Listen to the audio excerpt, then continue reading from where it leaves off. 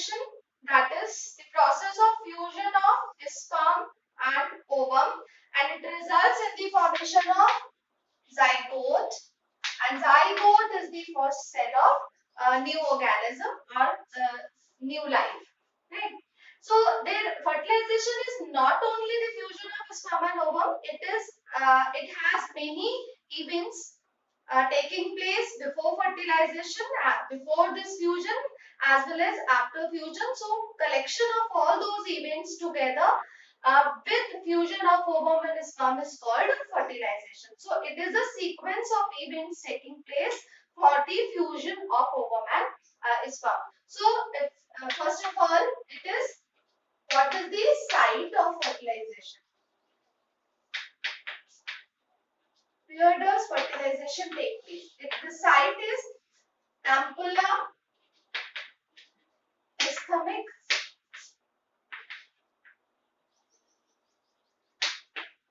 region.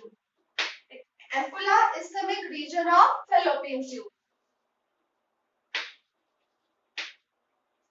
Ampulla, isthmic region of fallopian tube. If you remember, fallopian tube has three parts. First part is called infundibulum, which is funnel shaped, consists of finger-like fimbriae for the collection of ovum from the ovary, and second part is ampulla and isthmus. So fertilization takes place in ampulla and isthmic region. So first, what is required there? Arrival of ovum. When ovum is released from the fallopian tube, it is transported through ampulla and isthmus with the help of ciliated epithelium present throughout the inner lining of the fallopian tube, and it waits for the sperm to arrive over there for fertilization. Ovulation takes place on the 14th day or mid of the menstrual cycle, and ovum arrives at the ampulla isthmic region of fallopian tube for fertilization. Next point will be insemination or arrival of sperm. How do sperms arrive there? By the process of insemination. Insemination of the semen by male during coitus. During coitus or during sexual intercourse, sperm semen is inseminated in the female's vaginal tract and the cervix region, through where it travels in the vagina, then uterus, and it has to travel long way to reach to the ampulla isthmic region through vagina, uterus, and finally it reaches to ampulla isthmic region.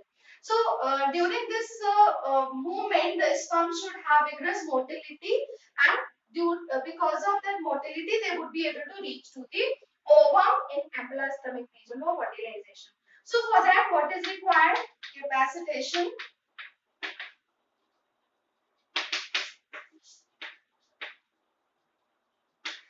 Capacitation of the sperms. So this is when sperm is present in the semen. It consists of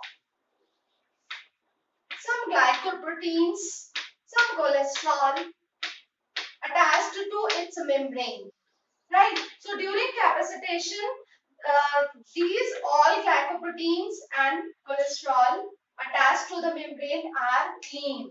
So what is it? It is actually the process of cleaning sperm head. By capacitation, sperm head is completely cleaned, it is removed, and then it is ready for activation. Activation of sperms, right? We know that semen consists of all secretions of the male accessory glands, and male accessory glands are bulbourethral gland, seminal vesicles, and prostate gland. So that secretions of those glands help in the activation of sperm because they provide them fluid medium for transport. They provide them nutrition, which provides energy. Also, they have fructose, a good source of carbon, and it is providing energy for the movement. So, sperms move or swim vigorously through the female tract, and they reach to the ampulla stomach region of the female fallopian tube. Right. So during this activation of sperm, one more thing is there that semen is alkaline in nature, and vagina of the female is acidic, slightly acidic. So alkaline fluid of the semen and acidic medium, there is neutralization.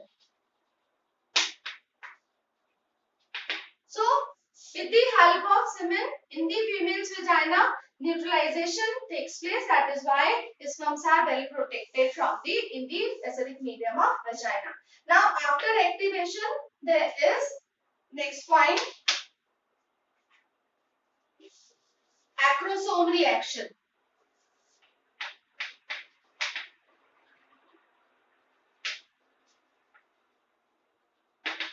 Acrosome reaction. If you remember, the head of the sperm is divided into three parts: head, middle piece, and tail.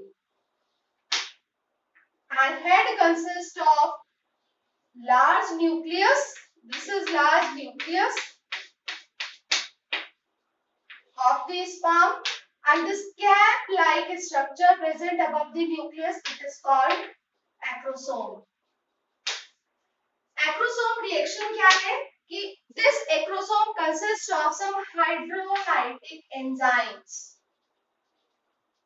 Hydrolytic enzymes are present, and that is called hyaluronidase.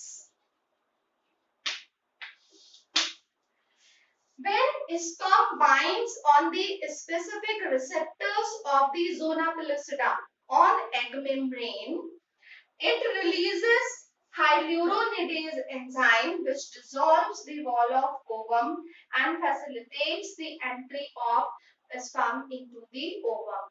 Its middle piece and tail remains behind, and they get degenerated or absorbed later on, and only sperm nucleus fuses with the ovum. So this is followed by hyaluronidase will facilitate the entry of the sperm head into the ovum, and at the same time when it is gaining entry, what will happen?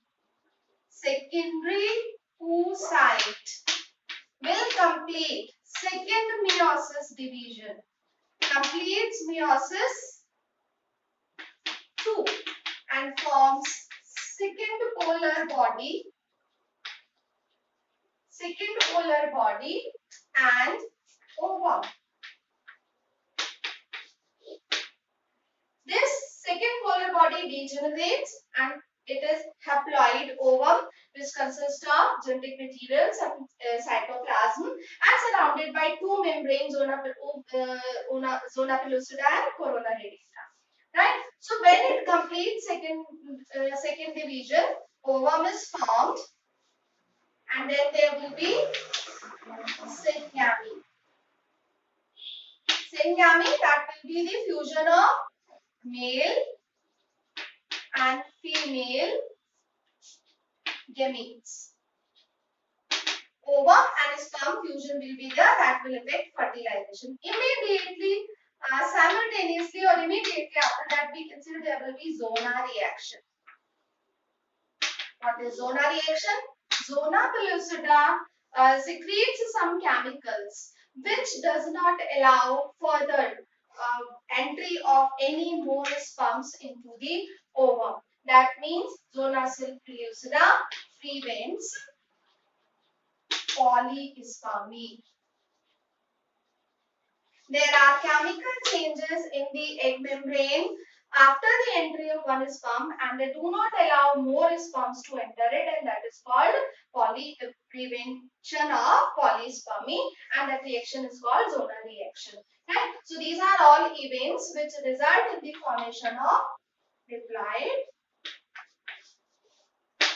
zygote. learn all these events in proper sequence without changing sequence of the events. And this is all about fertilization. In next video, we'll see development of